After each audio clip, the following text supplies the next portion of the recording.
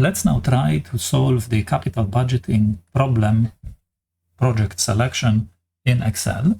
So I put all the data for the problem in Excel, and just to remind you, we have 6 projects and we want to select a subset of them where they have some capital requirements in 5 years, year 1 to year 5, and there is a budget limitation for each year, year 1 to year 5, and then the benefits from the projects are given here. And of course, we want to select each project exactly once, right? So it's not that we can select project in 1 year and not select it in another year. If we finance that project, we have to finance it throughout 5 years and then get the benefit over 5 years. So the variable, the decision variable can be defined here in a column, right? For each project 1, 2, 3, 4, 5, 6, we have variable to select or not. Let's call it select xi, not xij, right? I'll mark it with a color, a yellow color, right? To indicate these are the selection variables. So they could be 1 or they could be 0, right? So we can put any values here and the solver will eventually solve it for us.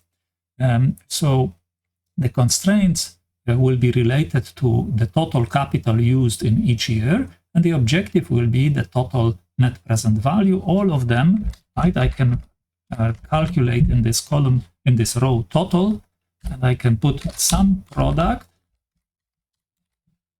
take the numbers from the column, right? In this case, net present values, comma, and then select variables, and then press F4 to fix the reference to the variables, because now I will be able to copy it to the following columns.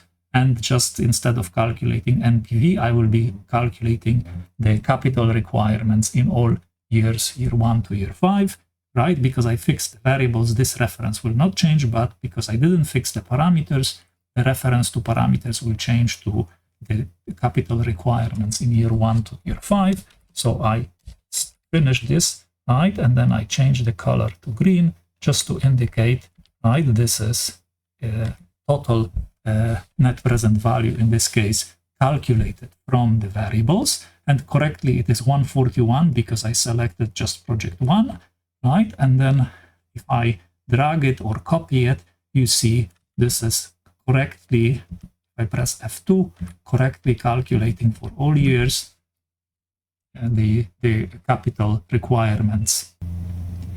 Okay, so now I'm ready to solve the problem in using Excel solver, right? Because we have defined all the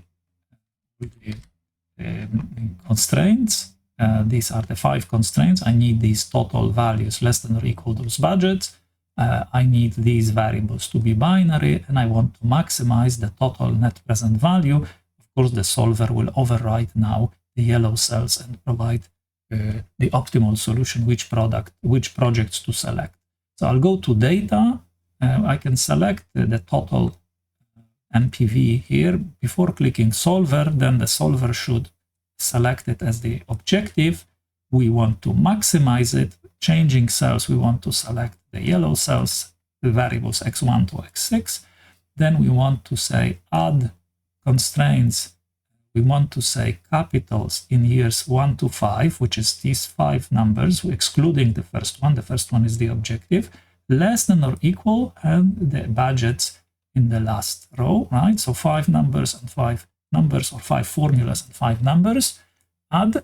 And we also want to select variables must be binary. Remember, if we don't do this, they will be just non-negative, which means the solver would be allowed to put 0 or positive numbers, but those numbers can be fractional, so we can select half a project, or those numbers can be more than 1, right? Then, which means that we could select a project more than once. Okay, this is not what we want. And then we have to, in addition to, right, you can keep this make unconstrained variables non-negative. We need to change the solver to simplex LP. Remember, when you solve mixed integer problems, even though the solver that we use is branch and bound, the algorithm is used, that we use is branch and bound algorithm, but within it, the simplex LP method is used as a sub-problem for solving sub-problems for each node. So therefore, we have to select simplex LP. And one more thing we need to do, to be sure we have optimal solution, we need to click Options, and then in the Options, we need to select or change integer optimality percentage from 1 or any other number to 0 in order to guarantee that we obtain the optimal solution, right? Integer optimality is saying I accept solutions that are this percentage worse than optimal, right? So if it's set 1%, then you mean you don't need an optimal solution, you need something that is within 1% of optimality. We need to change this to 0, and then we can solve the problem. So if everything is correct, I click Solve. The solver solves and shows me this window. Solver found a solution, or constraints and optimality conditions are satisfied. I want to keep the solution. I click OK. We can also mark this with conditional formatting just to see exactly which projects are selected. So you see I have here projects 1, 4, and 5 are selected. The other projects are not selected. And the total net present value from those 3 projects, 489, is the maximum we can obtain under these constraints. I also want you to see that it's very hard to see which constraints are binding in binary problems, right? Because like this constraint, we can clearly see we achieved the limit. But here, for example, we achieved 70 and the limit is 75, but we really don't know if this constraint was binding or not, because you see, if we were to add another project, for example, if we wanted to select also project 3, the budget would increase, the requirements would increase by 15, which would exceed 75, right? 70 plus 15 would be 85. So even though the values are not equal, we don't know if the constraint is binding or not because of the integer structure or binary structure of this problem.